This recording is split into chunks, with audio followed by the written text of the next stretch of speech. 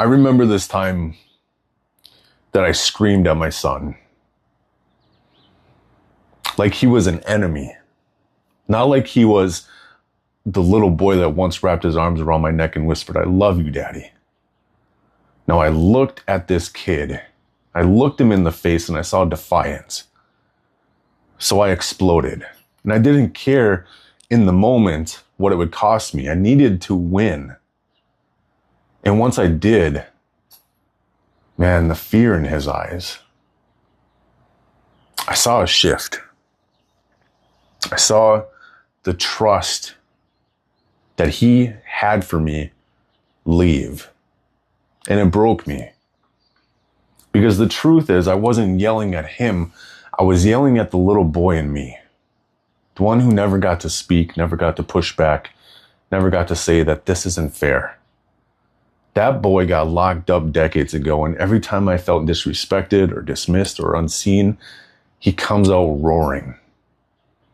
And then I destroy what I love most just to feel powerful. And you want to know why your life feels like you're so out of control, why your wife walks around on eggshells around you, why your kids flinch when your tone changes, why every decision you make feels like it backfires? It's because you're not leading from clarity. You're reacting from chaos. And no one ever taught you how to do it differently. No one ever sat down and said, "Hey, you are not your emotions. And your emotions aren't bad. They're not wrong. But they're not supposed to drive your car."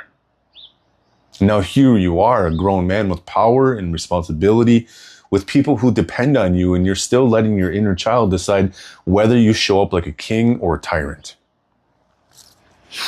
Let me tell you what happens, guys, when emotions lead the way without maturity. You're going to make short-term decisions that create long-term damage. You say things that you can't take back. You walk out when you should lean in, and you numb when you should feel. You explode when you should breathe. But you make promises that you never keep, and then you wonder why no one trusts you. You're confusing rage with strength and shame with accountability. And then you wake up one day successful, but empty, disconnected from the people that you swore you would protect. This is what happens when you don't learn emotional maturity. You just hurt. You become the one who hurts others. But it doesn't have to stay this way. I remember the first time I broke this cycle. My now ex-wife, she was crying again. I had said something sharp, something that was meant to hurt her. It was designed to cut. And the silence that followed was louder than anything that I could scream. But instead of storming off, instead of justifying myself, I just sat and I breathed and I said 6 words that I never used before. I don't want to do this. Not just the fight, but the patterning, the story, the war inside of me that keeps sabotaging my peace. I was finally sick enough of the pain that I had caused to choose a different path. And choosing it did not feel good. It felt like I was dying because part of me was dying. The part of me that needed to be right. The part that clung to control. The part that believed my vulnerability was weakness. That part I had to kill off. I didn't need that part anymore. It wasn't serving me. And I learned that the hard way. You guys, emotional maturity, it's not about being calm or not feeling too much.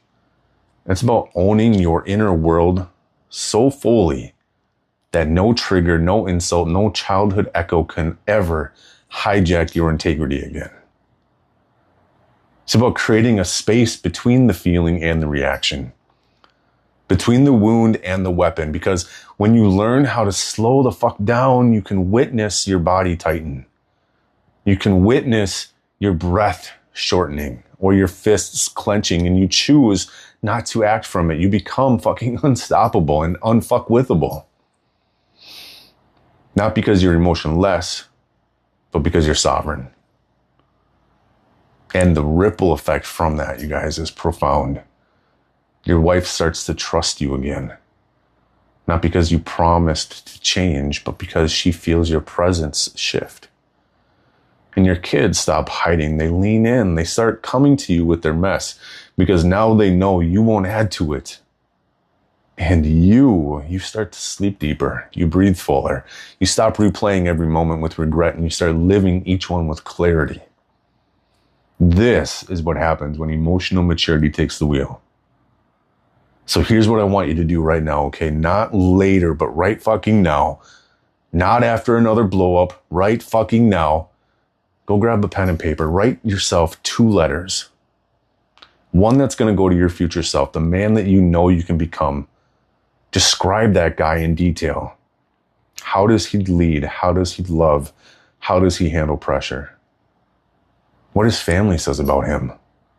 Make it so crystal clear. Make it honest.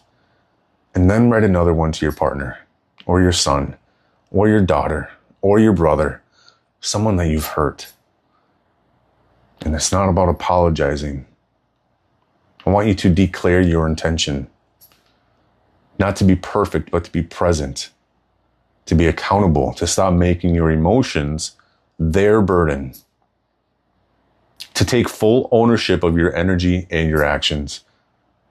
This is your line in the sand, guys. And listen, there's a link in the description if you want to have a one-to-one real conversation about what this journey looks like. I'm not here to sell you anything. I'm here to walk with you while you become the man you were always meant to be, because the world needs more grounded, authentic, masculine men. And I promise you this, you can lead your family without intimidation. You can face pain without projection. You can make decisions from a place of peace instead of panic. And when you do, you will look in the mirror, not with guilt, but with pride. And you'll see a man who didn't let the boy inside of him run the show anymore. A man who broke the chain. A man who chose legacy over ego. So let's get you there. Book a time to schedule that call, guys. The link is down below. Do it for yourself. Do it for your family. And remember, your family, they don't need a perfect man. They just need a real man, one who's present, one who's grounded. And that can start right now, guys. I'll see you on the call.